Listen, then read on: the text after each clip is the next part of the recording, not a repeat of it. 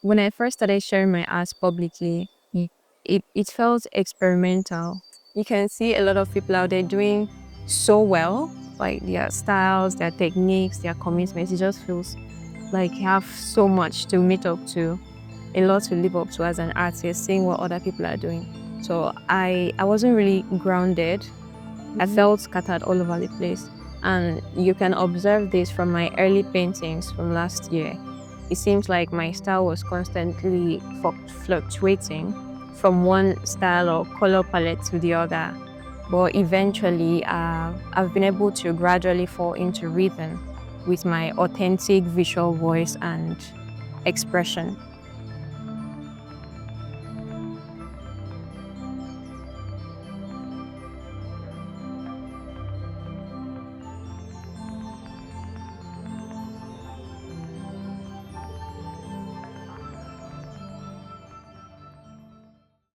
My name is Faith Udo. My full name is Faith Sunday Udo, but I've shortened it to Faith Udo.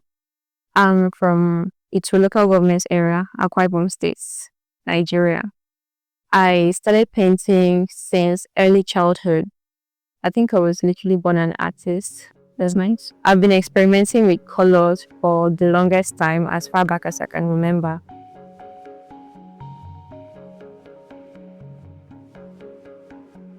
It's like a human face, but it's distorted, it's abstract. It looks like a silent scream, with the bulgy eyes and the mouth, like a surprise scream. What?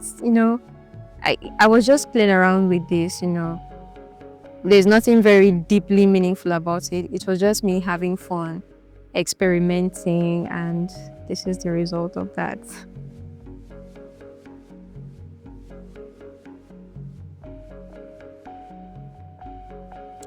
When did you realize you were an artist, even if you didn't have the words for it yet, like your earliest creative moments?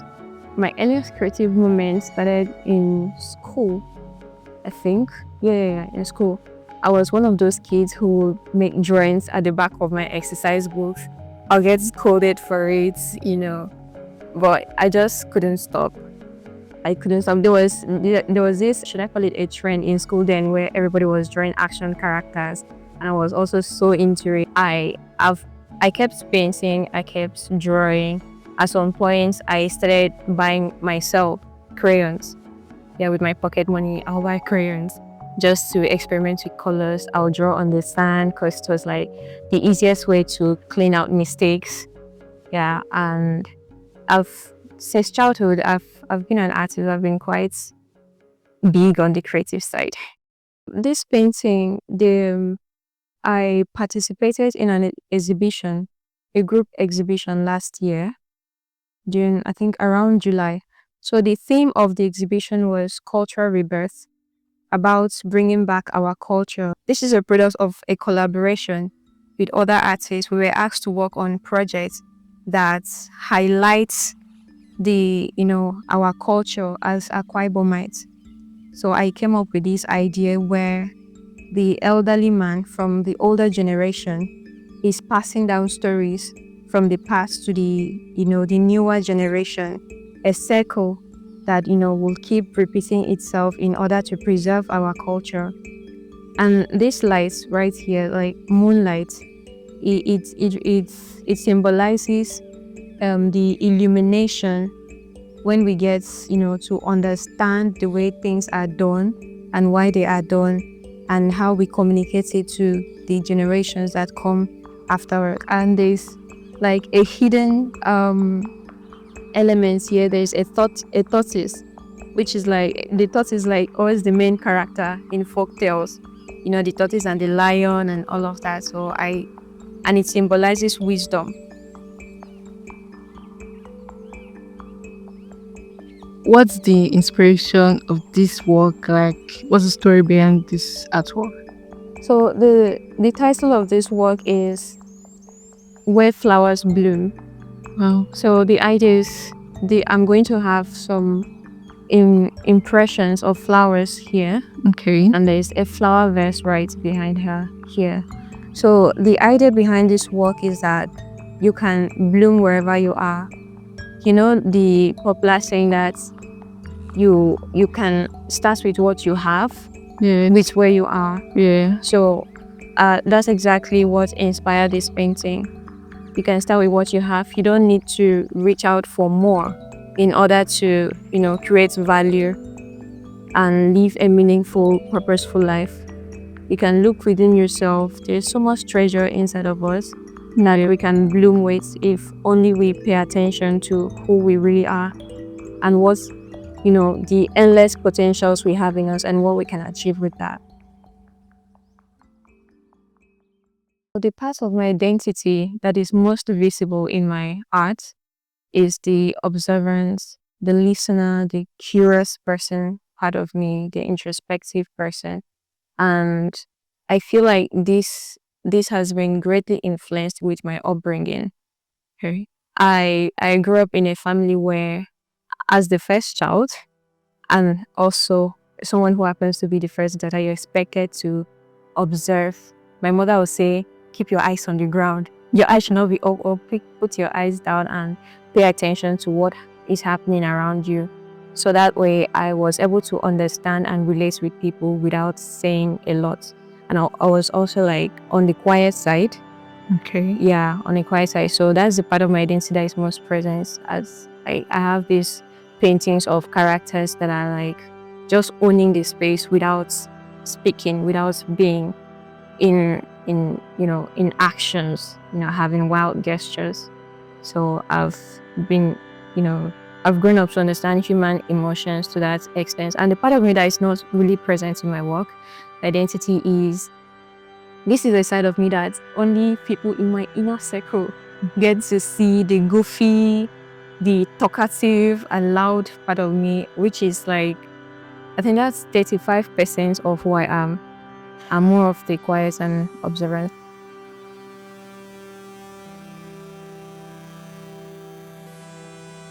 What is a struggle in your artistic life that people don't usually see? Those invisible weights and financial pressure and all.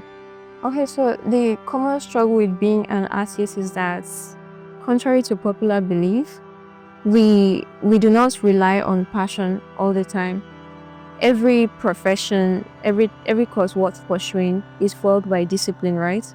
So there are days I wake up and honestly I don't feel like, I don't want to look at colors or anything like that. But I have to remind myself that I'm in this for the long term, right? It's a life mission. It's not something I started as a hobby. This is who I've been called to be. And also financially, it's not immediately rewarding to be an artist, I guess, from my own personal experience. So you have to bear it in mind. I have to bear it in mind that I'm going to keep funding, this practice until it gets the recognition it deserves and it becomes financially rewarding to keep going.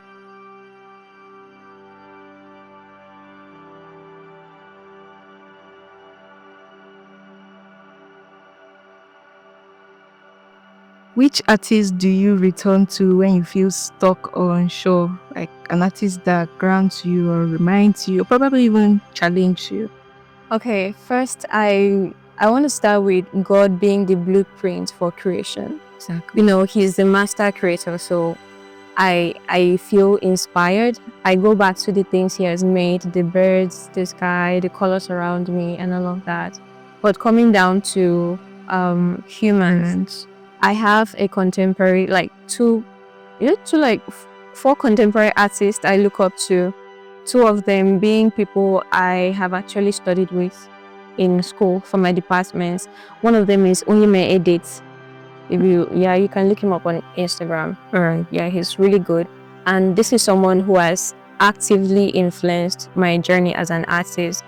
There was one time he sent me painting tutorials by two master painters. Okay. It felt like it was a huge source of encouragement, and support for me. And also Amber, I love the way she tells stories with her work. I've watched her grow and evolve with her process, and how much she has accomplished just helps me forge ahead and push for it, even when sometimes it feels like it's against our odds. Yeah. Yeah.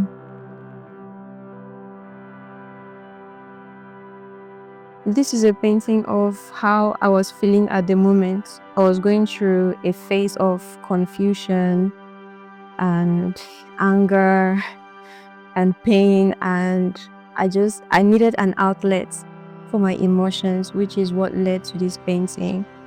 I just felt like I poured out my whole heart on the canvas with this painting. That's why there's a lot of blue, integrated with grays to just really express deeply how I was feeling.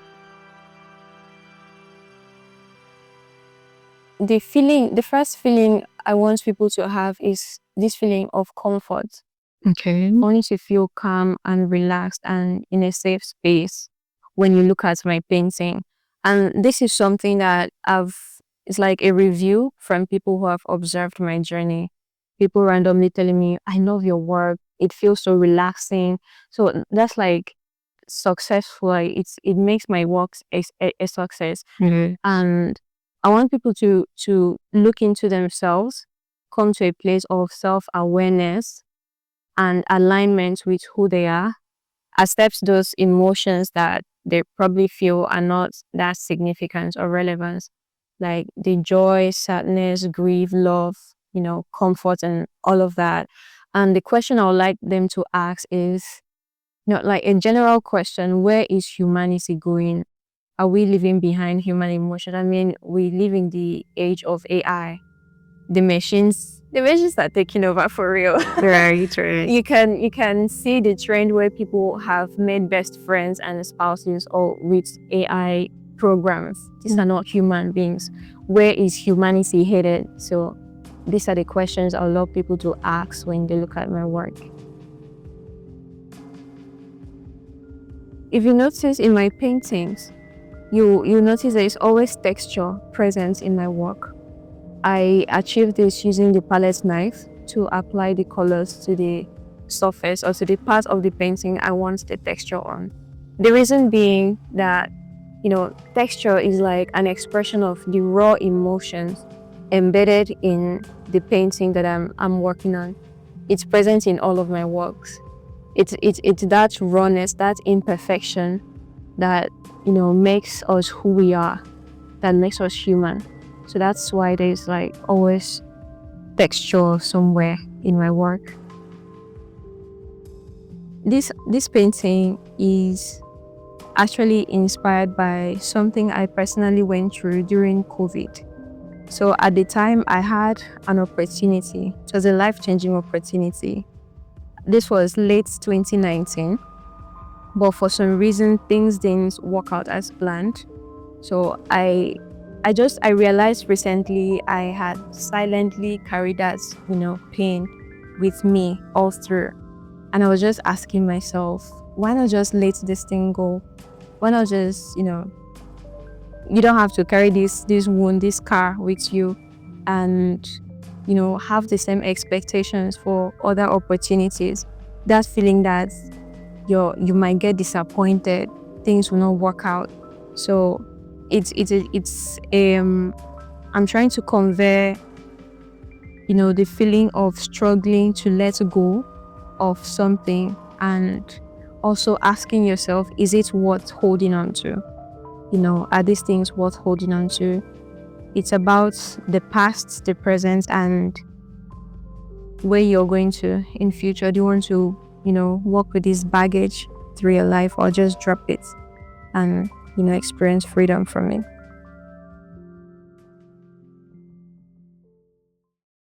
Have you ever considered walking away from your art? And if yes, what actually kept you going? Wow, that's a real one. Yes, so many times. I don't think there's a month that has gone by without at least one day of me thinking of walking away from art. Because I see what, other people are achieving in other fields like tech, the tech bros, the tech girlies. Being an artist for me right now is a very sacrificial decision. Okay. Yeah, it's sacrificial because I'm not quite certain. It's not like I have a solid plan around where I'm going with this.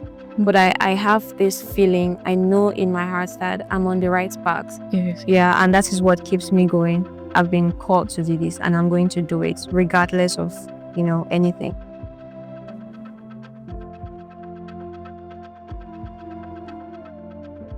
What would you tell your younger self at the beginning of your journey, the lessons learned along the way? I'll tell my younger self that you could have started earlier, believed in yourself, because at the time I didn't see many examples of successful artists around me. There is this popular opinion that artists do not really have a future. Art is a hobby. You can't seriously take this as a profession. So I kept avoiding, the professional part of being an artist for the longest time. I've done 9 to 5s. I've done, other jobs, everything except being an artist. So I feel like if I had believed in myself early enough, maybe I had an active role model in my life, I'll be way ahead of where I'm right now. Right. Yeah, I'll be way ahead of myself right now.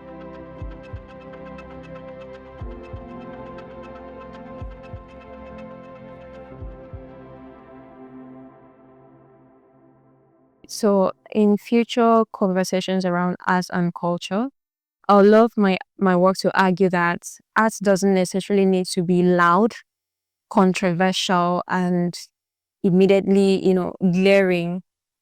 I I want people to understand that it's okay for a painting specifically to just feel familiar, feel nostalgic, and feelings do not necessarily need to be explained. It's okay to just sit in an emotion and feel comfortable in it, right? And also, human emotions will outlive trends and technological advancement. I mean, the AI and everything.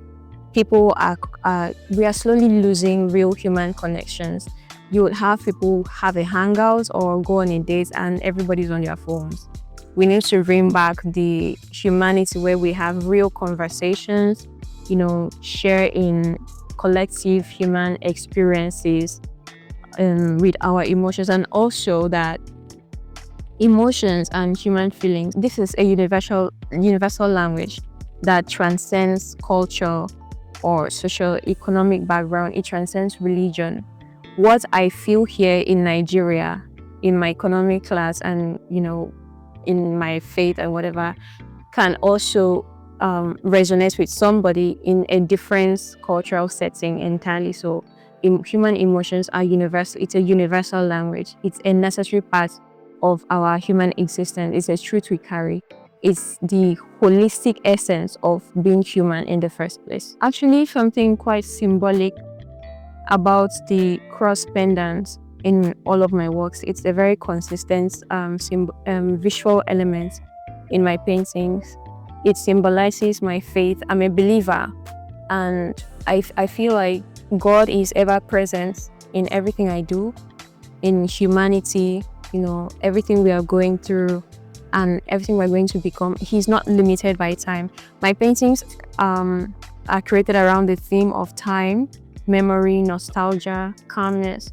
So in the sense of time, God lives in the past, in our present, and in the future, and he's always with us. Yeah.